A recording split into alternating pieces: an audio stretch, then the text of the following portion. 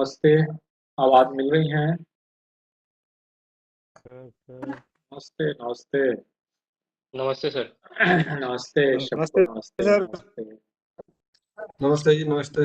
बिल्कुल सबको नमस्कार सर। नमस्ते।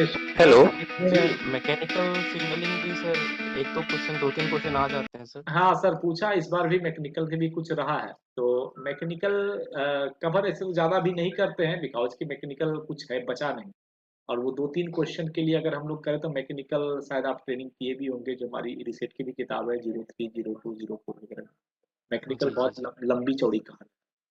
तो जी सर। कुछ कुछ रिलेटेड अगर सलाह रहेगा आप लोगों का तो कुछ इंटरनल आ भी जाएंगी, बट मैक्सिमम मैकेनिकल को इसमें इंक्लूड करते नहीं है। तो वो एक चीज और सही, ऑब्जेक्टिव आते हैं कि सब्जेक्टिव आते हैं नहीं नहीं, क्वेश्चन? अभी ऑब्जेक्टिव हो गया ना, पहले सब्जेक्टिव आते थे, उसी चीज पे कितनी देर चर्चा होगी। पहले जो जोनल में लिया जाता था एडीएसटी के एग्जाम में, तो सब्जेक्टिव क्वेश्चन रहते थे, बट इस बार से अब पूरे के पूरी 30% ऑब्जेक्टिव हो गई एंड वन स्टेज एग्जाम हो गया, सिंगल एग्जाम।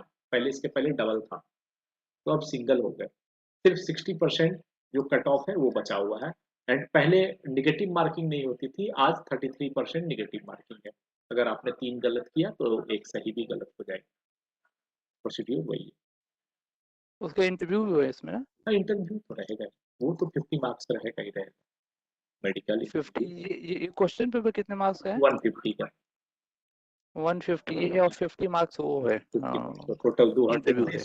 इस स्पोर्ट 200 तो 50 मार्क्स जो इंटरव्यू होता है ना, इसमें किन्हीं के मन में कोई भी सवाल हो, जरूरी नहीं है कि क्लास के बंद में पूछें, लास्ट में पूछेंगे या स्टार्टिंग में पूछेंगे।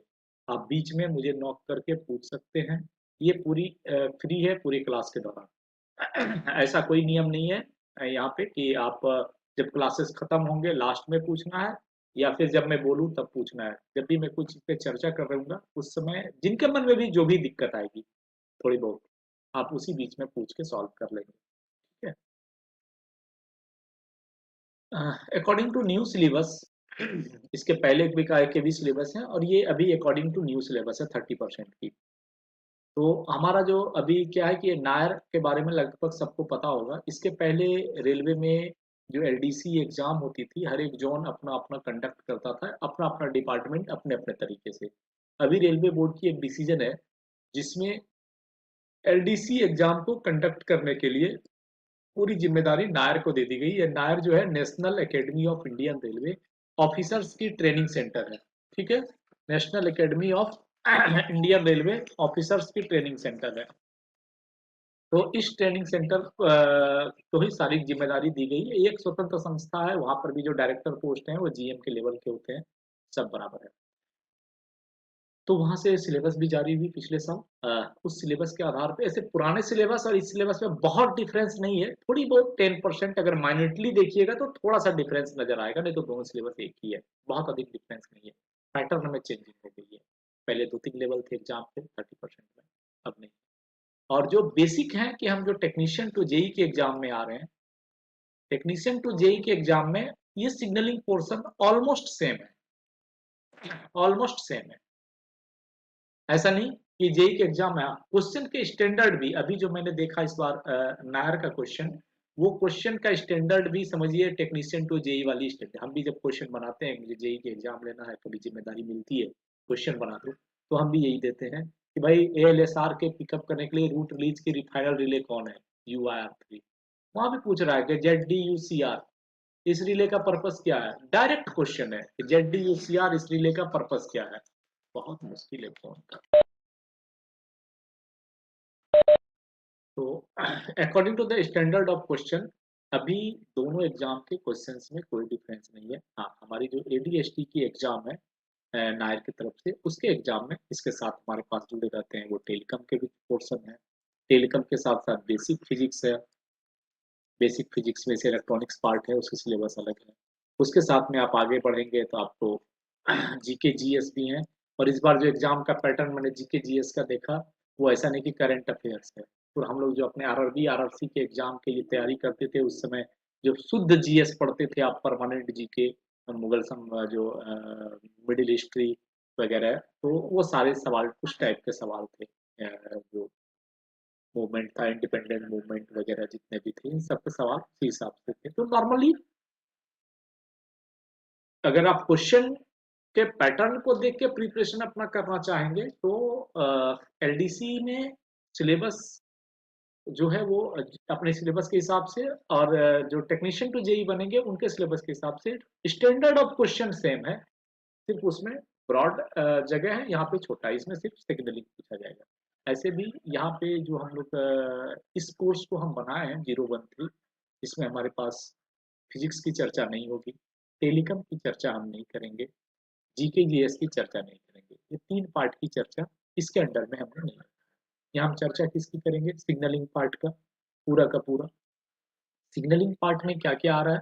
बेसिक सिग्नलिंग की से जितनी ऑब्जेक्टिव निकल सकती हैं, यहाँ पे क्वेश्चन की चर्चा सेकेंडरी है कि क्वेश्चन यही आएगा, बट बेसिक सिग्नलिंग से जो इंपॉर्टेंट पॉइंट्स निकल सकते हैं वो सब पे चर्चा करेंगे। Principle of interlocking, signal interlocking plan, route holding principle, table of control जिसको हम लोग कंट्रोल टेबल बोलते हैं या रूट कंट्रोल चार्ट बोलते हैं, बहुत जगह इसको लॉकिंग टेबल एलटी भी बोलता है, अपने अपने नाम है, तो उस हिसाब से table of control, colour light signalling का कंसेप्ट, सिग्नलिंग में जो हमारे पास यूज होते हैं जैसे रिलेज के बारे में, केबल्स के बारे में, अभी एलईडी सिग्नल्स जो हमारी मॉडर्न सिग्नलिंग है उसके बारे में, पॉइंट मशीन के बारे में, ट्रैक सर्किट के बारे में, इन सब के बारे में क्या क्या इंपॉर्टेंट टर्मिनोलॉजी है, क्या क्या इंपॉर्टेंट चीजें हैं और क्या क्या ऑब्जेक्टिव निकल सकते हैं।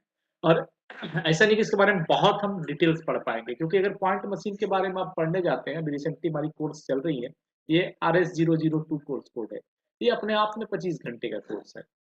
अगर हम पॉइंट मशीन के बारे में सिर्फ डिटेल पढ़ते हैं तो ये 25 घंटे का अपने आप में एक कोर्स मॉड्यूल है, जिसमें हम पॉइंट मशीन की बात करते हैं, उसके पूरे फीचर्स की बात करते हैं, उसके एडजस्टमेंट की बात करते हैं, उसके इंस्टॉलेशन की बात करते हैं, उसकी जो लॉजिक एंड इंटरफेस सर्किट है उसकी पूरी डिजाइनिंग एंड सर्किट पढ़ने की बात करते हैं, ईच एंड एवरीथिंग करते हैं। ऑलमोस्ट वो 25 से 30 घंटे उसमें लगते हैं। उसके भी 3 बैच पूरा कर चुके हैं, चौथा बैच अभी चल रहा है। ऑलमोस्ट सारे बैच में आप लोगों का भरपूर प्रेम मिला और इस बैच में भी भरे पड़े हैं।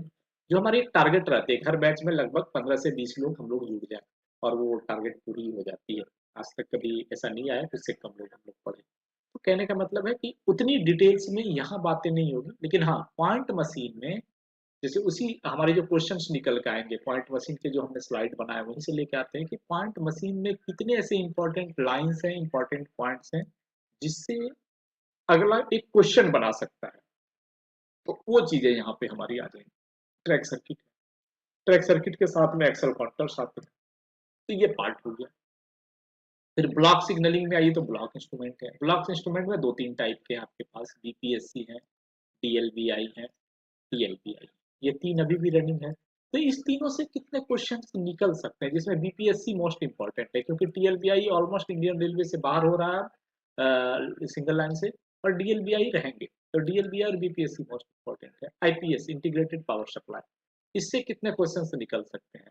यहाँ भी आईपीएस के बारे में बहुत डिटेल हम बात नहीं कर पाते क्योंकि आईपीएस की जो हमारी 007 कोर्स कोड है आरएस, ये भी दिसंबर के लास्ट में शुरू करेंगे। उसमें आईपीएस रहेगा, ईएलडी रहेगा और अर्थिंग रहेगा। तो यहाँ पे सिर्फ उससे जो क्वेश्चंस निकाल सकते हैं। ब्लॉक इंस्ट्रूमेंट की जो हमारी कोर्स कोड है जिसमें हम डीएलबीआई टीएलबीआई पे बात करते हैं, RS003। बीपीएससी की जो कोर्स कोड है RS004। तो अगर जिनको भी डिटेल्स पढ़ना होता है, जो एक्चुअली डिटेल्स पढ़ने का मतलब है not for exam purpose, details पढ़ने का मतलब है सर्विंग पर्पस, कि अगर आप ओईएम पे काम कर रहे हैं, रेलवे में काम कर रहे हैं, कंस्ट्रक्शन प्रोजेक्ट में काम कर रहे हैं, मेंटेनेंस में काम कर रहे हैं, तो आपकी अपने गियर पे पकड़ मजबूत होने के लिए कितनी चीजें सीखना है, जानना है, पढ़ना, ये उस पे बातें होती हैं। तो वो एक एक टॉपिक है, उसके घंटे हैं, उसकी छोटी सी टोकन मनी है, और वो सीक्वेंस वाइज चलता चल रहा है पिछले साल भर से, और आगे जब तक ट्रेन बना रहा मैं चलता ही रहेगा। लेवल क्रॉसिंग गेट है RS006, ये अभी सेकेंड बैच इसका जस्ट खत्म किए हैं कुछ दिन पहले, जिसमें पूरी लेवल क्रॉसिंग पे बात करते हैं विद इनकी इसकी कंट्रोलिंग सर्किट। डाटा लॉगर्स अभी तक नहीं बना पाए हैं, बट इस बैच में बनाएंगे आगे चल के। डाटा लॉगर्स एंड एमएसटेक वो एक मॉड्यूल बनाएंगे, वो भी बचा हुआ है। बट यहाँ पे हम डाटा लॉगर पे बात करेंगे, जो डाटा लॉगर से कितने ऑब्जेक्टिव क्वेश्चन आ सकते हैं। ऑटोमेटिक सिग्नलिंग पे बात करेंगे, आईपीएस पे बात करेंगे, बीपीएससी यूएफएसबीआई मैंने यहाँ लिख दिया, बट ये यहाँ पे ब्लॉक इंस्ट्रूमेंट पे आके कवर हो गई। उसके बाद बातें आती हैं कि अभी तक रेलवे नॉन सिग्नलिंग पे चल रही थी, सॉरी नॉन सिग्नलिंग नहीं, क्या कहा जाए उसको, नॉन आरई पे चल रही थी। नाउ डेज जब रेलवे में आरई की जगह आई, यानी अब आप रेलवे को 25 केवी के साथ ऑपरेट करने लगे, तो बहुत सारे मॉडिफिकेशन की जरूरत पड़ती है, सेफ्टीज की जरूरत पड़ती है। ये मॉडिफिकेशन किसके लिए? सेफ्टी इशू के लिए। किसकी सेफ्टी इशू के लिए?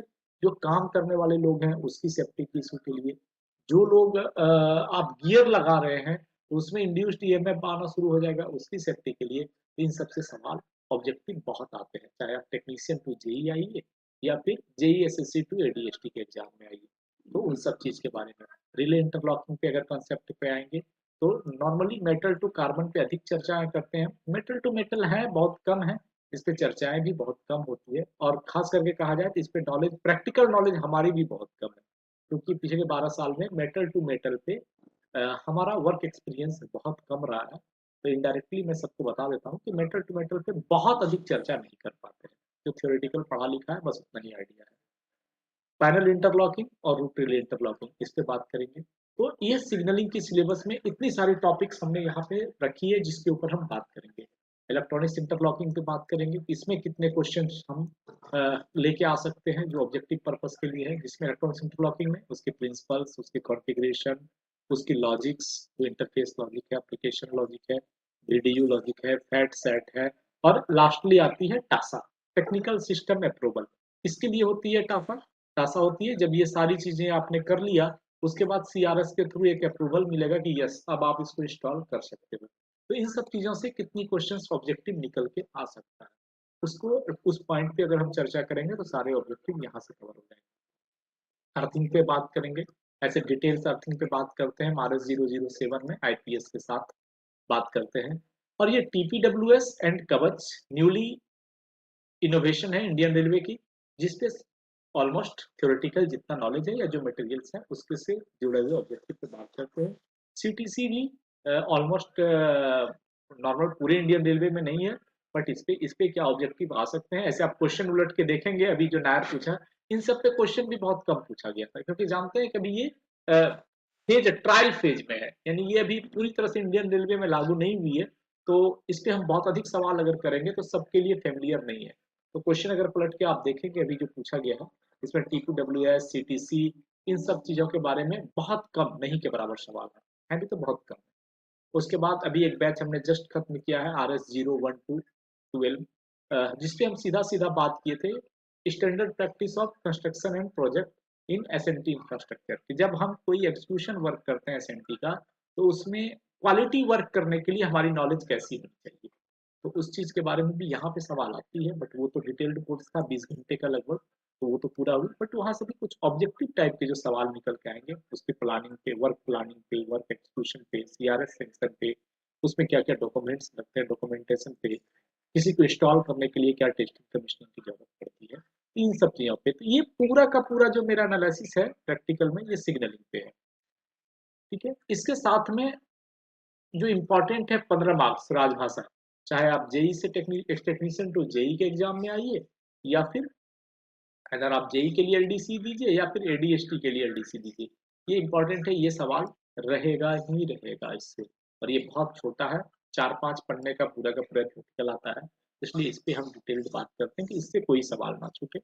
प्लस जो उसके अब सिग्नलिंग के साथ रिलेटेड चीजें हैं, एक्सीडेंट मैनुअल, यहाँ से कुछ सवाल आ जाते हैं, जनरल रूल्स पे कुछ सवाल आ जाते हैं। एक चीज और यहाँ पे छूट गई लगता है, एसओडी पे हम बात, यहाँ लिख दिया हूँ मैंने, Indian railway schedule of dimension, SOD पे बात कर लेते हैं कि जो जरूरी है।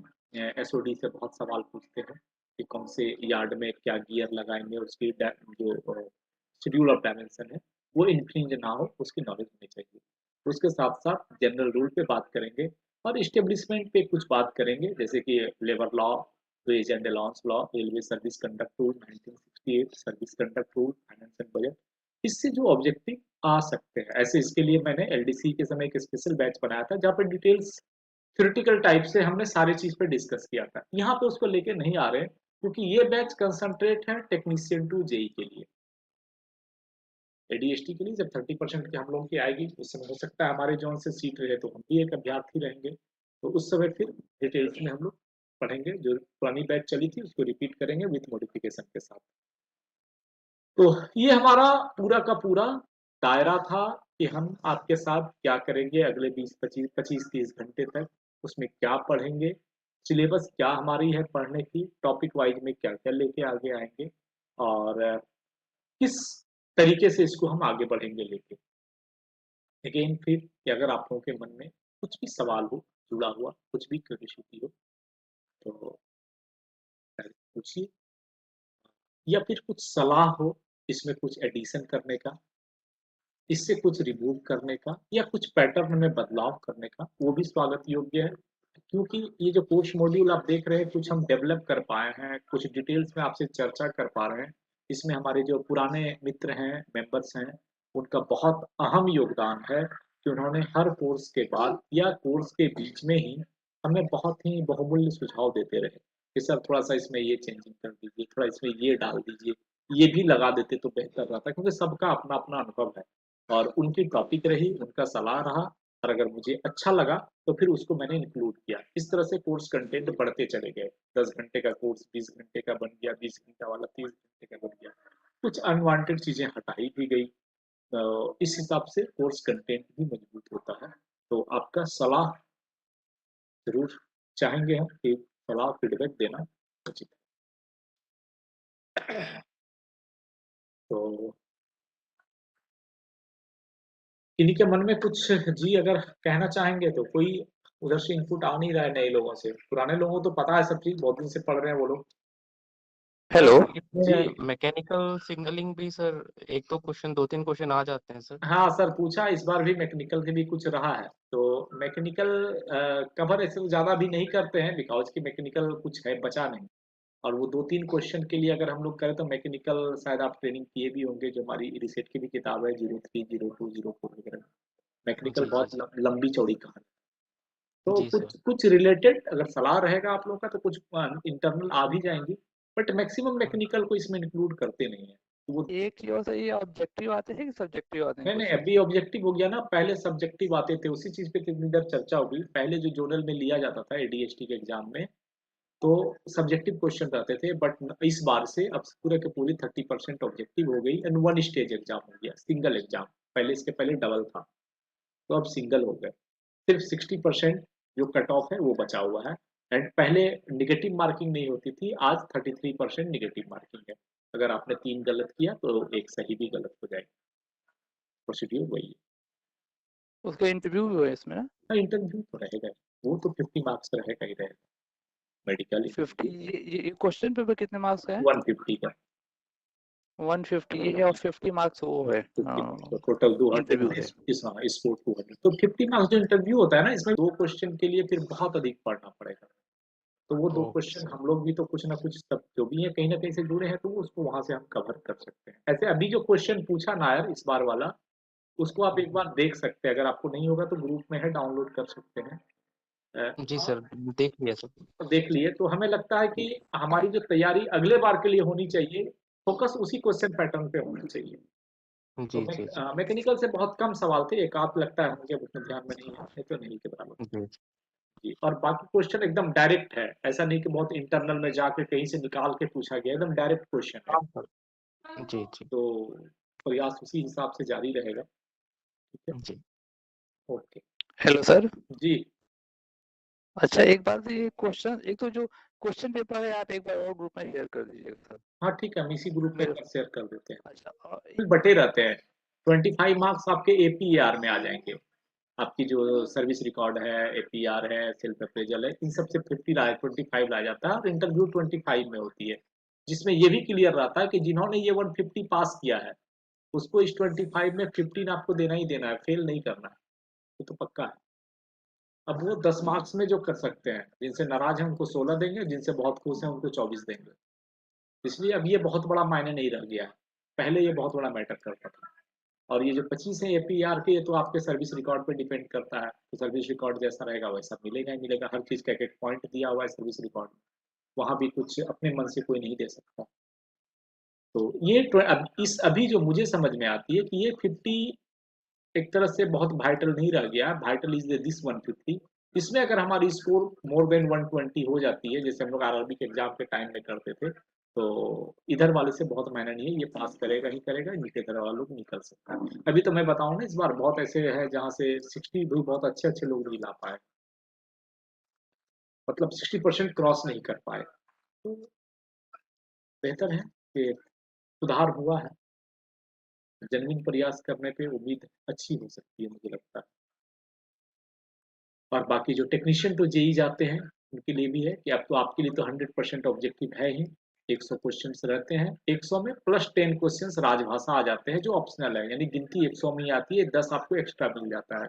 यहाँ पर भी है जो 150 है, 150 में 15 क्वेश्चंस ऑप्शनल है जो राजभाषा है, और ये 15 इसमें इंक्लूड हो जाते हैं, यानी कि 165 क्वेश्चंस होते हैं आउट ऑफ 150, आपको जवाब 150 देना है, 15 ऑप्शनल आ जाते हैं। तो ये बहुत बड़ी पॉजिटिविटी है, यहाँ भी सेम चीजें आपके लिए। आपके साथ सिर्फ सिग्नलिंग होते हैं, यहाँ पे सिग्नल के साथ telecom, general physics, mathematics, general GK वगैरह सब होते हैं। बट यहाँ पे हम लोग बात करेंगे सिग्नलिंग पे, हमारी जो फोकस है वो मैक्सिमम है सिग्नलिंग पे, और बाद में जो मैंने दिखाया था कि राजभाषा और कुछ रूल्स के ऑब्जेक्टिव्स लेके आ जाएंगे इसके टॉपिक।